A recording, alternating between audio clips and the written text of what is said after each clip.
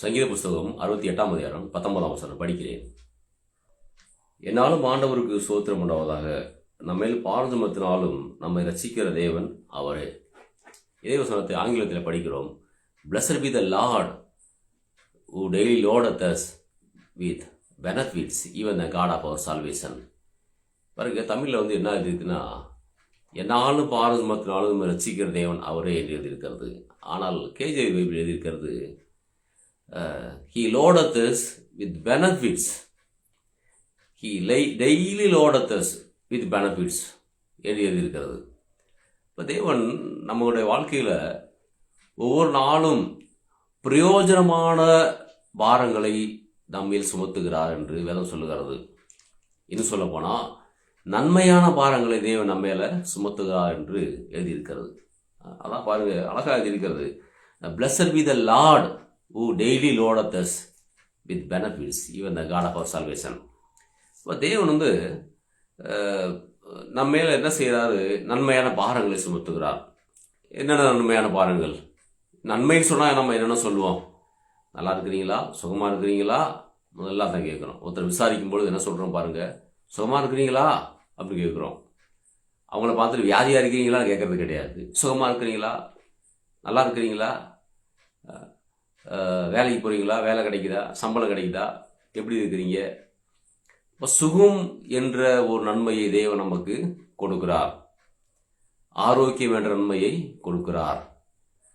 முன்னேற்றம், விருத்தி, தொழிலில் ஒரு லாபம், குடும்பத்தில் ஒரு ஒற்றுமை, குடும்ப உறவுகள் மத்தியில் ஒரு சமாதானம்,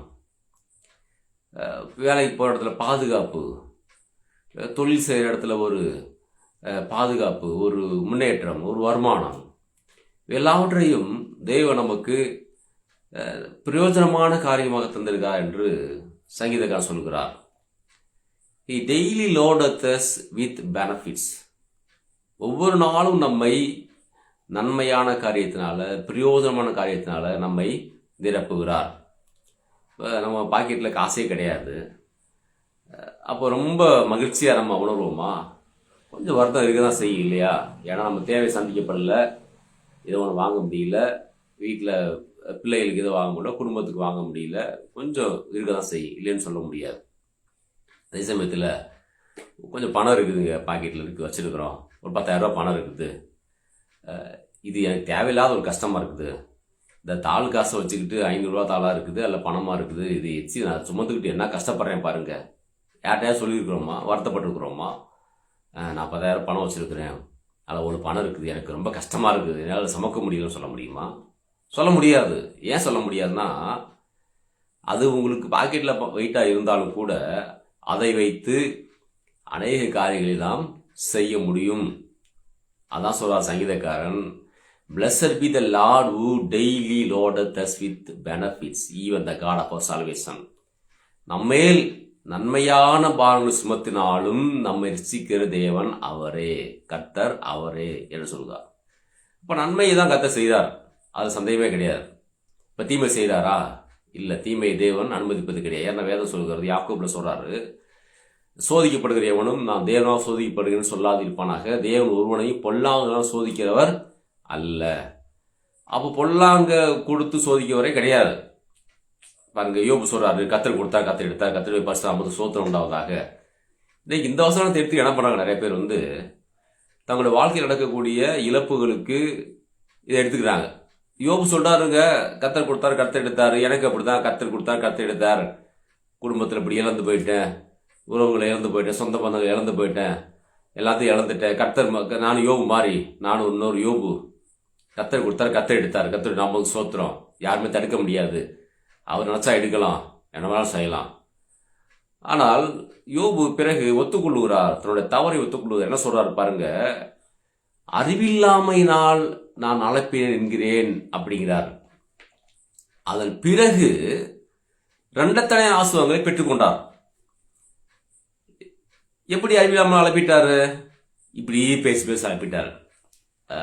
கர்த்தர் தான் செஞ்சாருங்க, எல்லாமே கர்த்தர் தான் கொடுத்தாரு, கர்த்தர் தான் எடுத்தாரு, நன்மைக்கு காரணர் அவர் தான், தீமைக்கு காரணர் அவர் தான், கொடுக்கிறவர் அவர் தான், எடுக்கிறவர் தான், எல்லாத்தையும் அவர் தான் பண்ணுறாரு.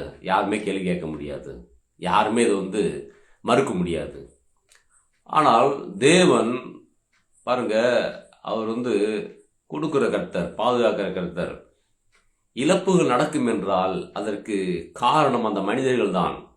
அவருடைய அறியாமை, அவருடைய அறிவில்லாத தன்மை, இதனால தான் அங்கே இழப்புகள் நடக்கவே ஒழிய தேவன் அதை செய்வதே கிடையாது. வேதம் சொல்லுகிறது, இயேசு சொன்னார், அது பொல்லாதவர்கள் நீங்கள் உங்கள் பிள்ளைகளுக்கு நல்ல ஈவுகளை கொடுக்க அறிந்திருக்கும் பொழுது பரமபிதா தம்மிடத்து வேண்டிக் கொள்ளுகளுக்கு நன்மையானவைகளை கொடுப்பது அதிக நிச்சயம் அல்லவா? உங்களில் எவனாகிலும் தன்னுடைய பிள்ளைக்கு அப்பம் கேட்டால் கல்லை கொடுப்பானா, மீனை கேட்டால் பாம்பு கொடுப்பானா? அப்படிங்கிறார் பாருங்க.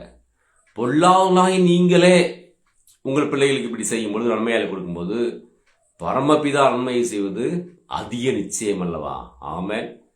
ஒரு தகப்பனிடத்துல தன்னோட பிள்ளை கேட்குது, எனக்கு அப்பம் வேணும், ரொட்டி வேணும்னு கேட்குது, பிஸ்கட் வேணும்னு கேட்குது. ஒரு கல்லை கொடுத்து தான் பிஸ்கட் சாப்பிடணும்னு சொல்ல முடியுமா? நீ செய்வியா? அப்படி கேட்குறாரு இயேசு. நீ பொல்லாத மனுஷன், உலகத்து மனுஷன், நீ இப்படி செய்வியா? அல்ல தன்னுடைய பிள்ளை மீனை கேட்குற வேலை இல்லை, இதான் பாம்பை பிடிச்சி கையில் கொடுத்துட்டு ஒரு பாம்பை வரத்து கொண்டு வச்சுட்டு இதான் மீன் சொல்லி கொடுப்பியா? நீ ஏமாத்துவியா?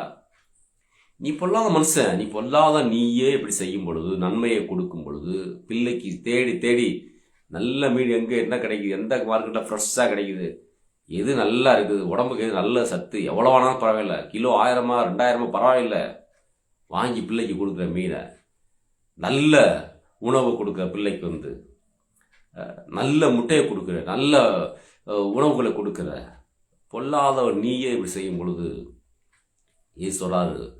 பரமபிதா நன்மையானதை கொடுப்பது அதிக நிச்சயம் அல்லவா? நன்மையில் தேவனவர் உங்கள் வாழ்க்கையை நன்மையால் நிரப்புகிறார். இதுதான் உங்களை குறித்த தேவனுடைய திட்டம் என்று வேதம் தெளிவாக சொல்கிறது. அதை எந்த மாற்று கருத்துமே கிடையாது. ஆமென். Blessed be the Lord who daily loadeth us with benefits even the God of our salvation. ஆமென். சங்கீதம் 68:19 ஒரு நாள் மறக்கக்கூடாது. கர்த்தர் உங்களை ஆசீர்வதிப்பாராக.